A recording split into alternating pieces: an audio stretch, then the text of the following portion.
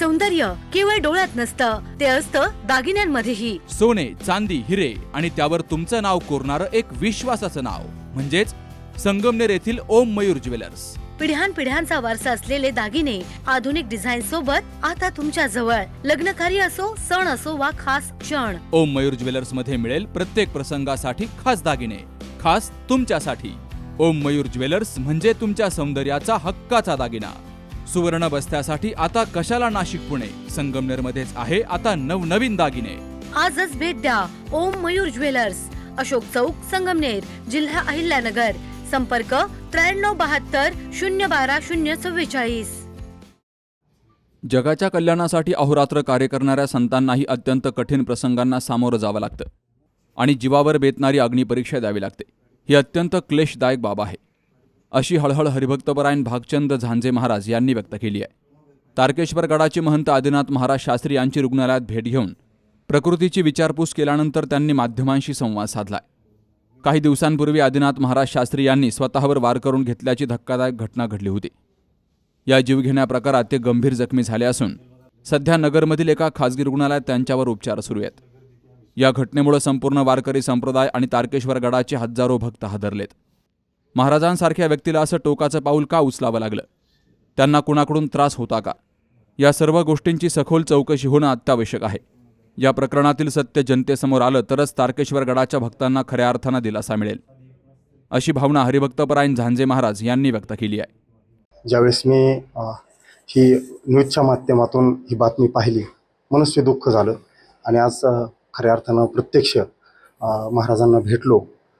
त्यावेळेस त्यांची विचारपूस केली. खरंच एक सर्व आम्हा भाविक भक्तांसाठी एक ही आनंदाची गोष्ट आहे की एवढी मोठी जखम असताना, एवढ्या मोठ्या वेदना असताना आज महाराज आपल्यांमध्ये सुखरूप आहेत. खऱ्या अर्थानं एक महंतानं जगाच्या कल्याणा, संताच्या विभूती, खऱ्या अर्थानं जगाच्या कल्याणासाठी संत हे कार्य करत असतात. पण संतांना स्वतःचं दुःख कुणापुढं सांगता येत नाही, व्यक्त करता येत नाही. पण खऱ्या अर्थानं आज ज्यावेळेस बाबांनी स्वतःवरती त्या ठिकाणी काहीतरी इजा करून घेतल्या, एवढं वेदना देणारं की दुःख देणारी बाब आहे. संपूर्ण महाराष्ट्राने या विश्वाने पाहिलं की एक संतांना सुद्धा या महाराष्ट्रात एक स्वतःची अग्निपरीक्षा द्यावी लागते महाराज. आणि ती परीक्षा म्हणजे सोपी नाही, स्वतःचा जीव जाईल एवढी परीक्षा, एवढ्या वेदना करून घेणं. ही महाराष्ट्राची संतांची, साधू संतांची भूमी आहे महाराज. विश्वमाऊली ज्ञानोबराय, जगद्गुरू तुकोबराय यांचा आज अशी परिस्थिती आहे. मनामध्ये कुठंतरी एक विचार येतो की बाबांना ही करण्याची वेळ कशामुळे आली, याची सुद्धा अनेक त्या ठिकाणी मंडळीने, जाणकार मंडळीने याच्यावर विचार केला पाहिजे. आणि भाविकांना तर मी एक विनंती करेल की आता आजचा जवळपास 4था दिवस आहे. बाबांची प्रकृती खूप छान आहे, पण आता येताना गर्दी करू नये, लई जास्त लोकांनी भेटू नये. पण आज एक प्रश्न मनामध्ये निर्माण होतो की ज्या महाराष्ट्रामध्ये छत्रपती शिवरायांच्या काळामध्ये म्हणजे मोती नाणे आम्हा मृतके समान, म्हणजे खऱ्या अर्थानं असं असताना राजे महाराजे संतांना त्या ठिकाणी धन भेट द्यायचे. पण आज खऱ्या अर्थानं ही एक आदिनाथ महाराज म्हणताना स्वतःवर एवढी मोठी इजा करण्याची वेळ आली. ही कुठंतरी महाराष्ट्रात दुःख आणि एक वेदना देणारी गोष्ट आहे. संतांना तर आहेच, पण सर्व गडाच्या भक्तांना, अनुयायांना त्या ठिकाणी वेदना होणारी गोष्ट आहे.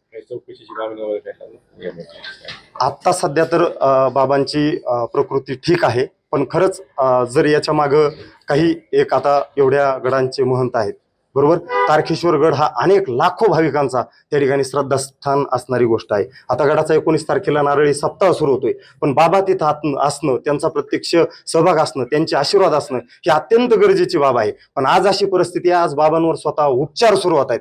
ही किती शोकांतिक आहे. नक्कीच याच्या मागे जर काही गोष्टी असतील तर याची चौकशी व्हायला पाहिजे. जर कोणी दृष्ट मंडळी समाजात वावरताना चांगले राहतात, पण अशा साधू संतांना, महंतांना खऱ्या अर्थानं त्रास देण्याचं काम करतात, अशी चौकशी झाली तर नक्कीच बरं वाटेल, मनाला एक भाविकांच्या समाधान वाटेल, अशी सुद्धा आमची भावना आहे. Shubham Pacharne, C news Marathi, Ahilyanagar. सुनबाई, आजही चहा काल सारखाच बनव. अगं, कोणती नवीन चहापत्ती आणली आहेस का? काय ग, कालच्या चहाचं रहस्य काय आहे? प्रत्येक चांगल्या चहासाठी आवश्यक आहे राजहंस दूध. चहापत्ती तीच, फक्त दूध नवीन. तुम्ही फक्त दूध बदला. राजहंस दूध आणा आणि असा मस्त चहा बनवा.